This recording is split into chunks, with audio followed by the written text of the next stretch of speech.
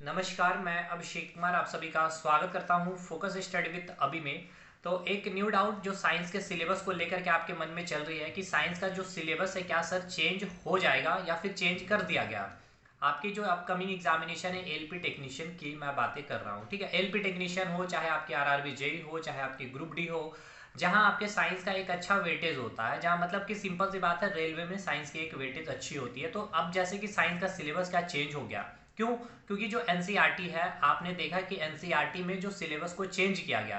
देखिए, सिलेबस को चेंज कुछ नहीं किया गया है, आपके कुछ टॉपिक्स को हटा दिए गया है, जिसको कहा गया है कि अब आपको फर्दर जो आप हायर स्टडीज के लिए चले जाएंगे, जैसे कि 11th में जब आप चाहते हैं और अगर आप साइंस ऑप्ट करते हैं, साइंस को चूज कर रहे होंगे, तो आपको वहां पर वो चीजें पढ़नी है। जैसे कि अगर आप 10th में इलेक्ट्रॉनिक कॉन्फ़िगरेशन के बारे में डिटेल नॉलेज ले रहे थे, एलिमेंट्स के बारे समझ रहे थे, मेटल्स नॉन मेटल्स को समझ रहे थे, वो चीज़ों को अब आपको नहीं पढ़ना पड़ेगा। क्लास 10th की मैं ये बातें कर रहा हूँ, जो आप अपना डिटेल जो भी जानकारी अगर आपको इस पर दिलचस्पी होगी तो आप 11th में साइंस को चूज जब करेंगे तब आपको पढ़ना पड़ेगा। लेकिन अगर आप बात कर ले आपके एलपी टेक्नीशियन या आरआरसी ग्रुप डी या फिर आपके आरआरबी जेई में, जहां 30 सवाल पूछे जाते हैं साइंस के, तो क्या यहाँ पर भी आपके वो सारे टॉपिक क्या अब आपके सवाल नहीं बनेंगे? देखिए, अगर मैं आपको एनसीईआरटी दिखाऊं, मैं ये आपको दो एनसीईआरटी दिखा रहा हूँ। एक तो ये आपकी जो आपको हो सकता है शायद ये उल्टी दिखे, फ्रंट कैमरा ऑन है, ये आपकी 9th क्लास की एनसीईआरटी है।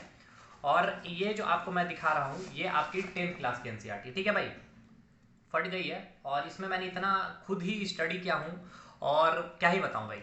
लेकिन देखिए, ये जो दोनों एनसीईआरटी आपको जो दिख रही है ना, ये दोनों एनसीईआरटी ओल्ड एनसीईआरटी है, ठीक। अगर आप इनके जब इंडेक्स में देखेंगे तो वो सारे टॉपिक्स अवेलेबल हैं।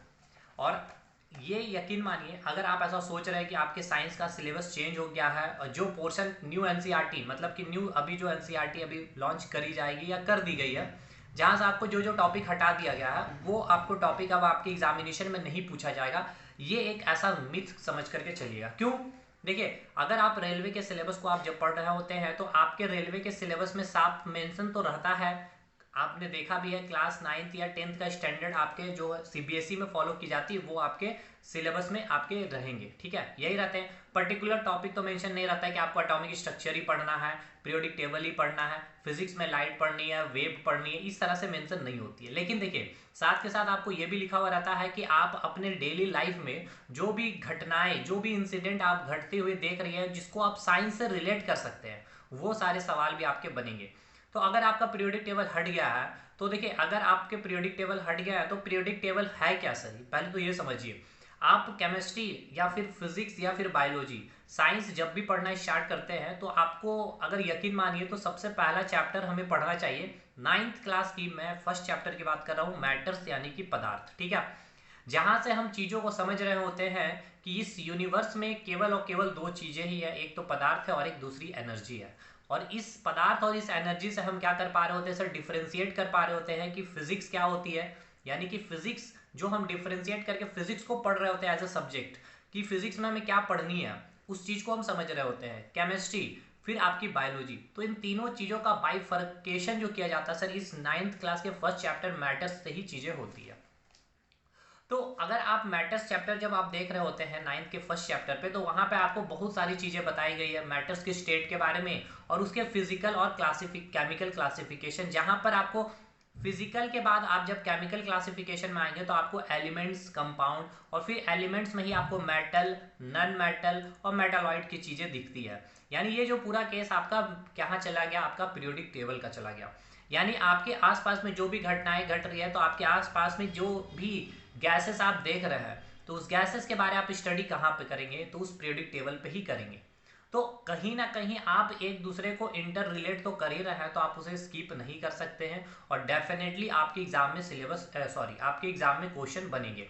तो आपको सिलेबस किसको फॉलो करना चाहिए, अभी याद रखिए, आप यूपीएससी के भी अगर आप तैयारी करते हैं तो मोस्टली क्या करते हैं, पुराने एनसीईआरटी को ही खोजा जाता है, ठीक है। मार्केट में आप दिल्ली में आप दिल्ली जब जाओगे मुखर्जी नगर में, तो ओल्ड एनसीईआरटी की काफ़ी डिमांड है। रीज़न बस ये है कि काफ़ी चीज़ें वहाँ डिटेल में और काफ़ी नई नई चीज़ें वहाँ पर मिली है जो अब हटा दिया गया, तो इसीलिए आप ओल्ड एनसीईआरटी को फॉलो करें। सिंपल सी ये बात है भाई। और जो चीज़ें आपके जो सिलेबस में आप अभी तक पढ़ते आए हैं वो सारी चीज़ों को पढ़िए, कुछ भी चीज़ें आपको छोड़नी नहीं है। दूसरी बात, कंपटीशन बहुत ही तगड़ा होने वाला है इस बार। अगर आपकी बात कर ली जाए नोटिफिकेशन की, तो अब मान के चलिए 2 से 3 महीने के अंदर आपकी नोटिफिकेशन एलपी टेक्नीशियन या अगर जेई की आनी, दोनों में से कोई एक पहले आपका देखने को मिल जाएगा। ठीक है, तो साइंस अगर आप चाह रहे हैं कि क्या सिलेबस होगा क्या नहीं होगा, या आप कहीं से भी पढ़ रहे हैं तो ठीक है, लेकिन अगर आप चाह रहे हैं इस चैनल के माध्यम से हमारे साथ जुड़ने के लिए तो आप हमारे साथ आइए। कल से हम लोग 9th का फर्स्ट चैप्टर जो मैंने कहा कि साइंस को स्टार्ट किया जाना चाहिए मैटर्स से, तो मैटर्स से हम लोग स्टार्ट करेंगे और बहुत डिटेल में चलेंगे सर चीज़ों को समझते हुए। और यकीन मानिए आप साइंस में फिजिक्स केमिस्ट्री और बायोलॉजी का जो आपके अंदर एक डर होगा उस डर को मैं काफ़ी हद तक खत्म कर दूंगा। ठीक है, और प्योर एनसीईआरटी बेस्ड ये हमारा कोर्स भी है, तो अगर आप इंटरेस्टेड होंगे तो आप एक बार जरूर से एप्लीकेशन हमारा इंस्टॉल करिएगा, फोकस स्टडी विद। अभी आपको लिंक डिस्क्रिप्शन बॉक्स में मिल जाएगा। बाकी कई सारे डेमोज वीडियो आपको मिल जाएंगे इस चैनल पर भी, और अपडेट आपको आगे मिलते भी रहेगा, और रेगुलर प्रैक्टिस भी इसी चैनल पर की जाएगी। कुछ दिनों तक आपको वीडियो नहीं मिले हैं रेलवे के, रीज़न ये था कि कुछ झारखंड के सचिवालय के भी काफ़ी स्टूडेंट्स हमारे इनरोल हैं, एडमिशन लिए हुए थे, तो उनको भी कोर्सेज कंप्लीट करानी थी। अब ऑलमोस्ट हम लोग फिजिक्स पहुंच गए हैं, आपके वेब पार्ट में स्टार्ट करेंगे वहाँ। ठीक है, तो ये सारी चीज़ें हैं भाई। आप एलपी टेक्नीशियन के सिलेबस को लेकर के जो परेशान हैं, एकदम परेशान मत होइए। जो सिलेबस फॉलो करते आ रहे हैं उसको और इन्हेंस करिए और डिटेल स्टडी करिए। क्यों? क्योंकि देखिए अब आपका एग्जामिनेशन आपको नौकरी देने के लिए नहीं ली जा रही है, आपको कैसे छांटना है इसके लिए ली जा रही है। क्योंकि करोड़ों में आपको हजारों में चुनना है, तो करोड़ों में हजारों को चुनने के लिए आपको सिलेक्शन नहीं करेगी रेलवे, आपको क्या किया जाएगा, वहां से छटनी करनी होगी उसको। ठीक है, तो छटनी करने के लिए अच्छे लेवल का क्वेश्चन सेट किया जाएगा, और उस अच्छे क्वेश्चन को आप तभी बना पा रहे होंगे जब आपका कॉन्सेप्ट क्लियर होगा। अदरवाइज कॉन्सेप्ट क्लियर नहीं है तो आप कितना भी कर लीजिए, 25-30 क्वेश्चन में आप 12-13 क्वेश्चन तो बना लेंगे जो हर एक स्टूडेंट बना रहा होगा, लेकिन जो मेरिट लेकर के जाएगा वो क्वेश्चन आप अटेम्प्ट नहीं कर पाएंगे। और आप क्वेश्चन का लेवल भी बहुत अच्छा हो गया, आपने देखा भी है ग्रुप डी में। बाकी चलिए इस वीडियो को यहीं पर खत्म करते हैं। जो सिलेबस को लेकर के आपके मन में डाउट, जो मैसेजेस आ रहे थे, तो सिलेबस कुछ भी चेंज नहीं हुआ है, ओल्ड एनसीईआरटी लीजिए। अगर खुद से पढ़ सकते हैं पढ़िए, इसके एक एक लाइन में काफ़ी नॉलेज छुपी हुई है, यकीन मानिए। और अगर आप चाहते हैं एनसीईआरटी को पूरा डिटेल में पढ़ना, उसके एग्जाम्पलर के क्वेश्चन हो, पीवाईक्यू हो, लेटेस्ट टीसीएस के जितने, तो आप हमारे साथ एक बार जुड़ भी सकते हैं। बाकी आप चैनल पर बने रहिएगा, आपको अपडेट मिलते रहेगा। मिलेंगे अगले वीडियो में, तब तक के लिए धन्यवाद।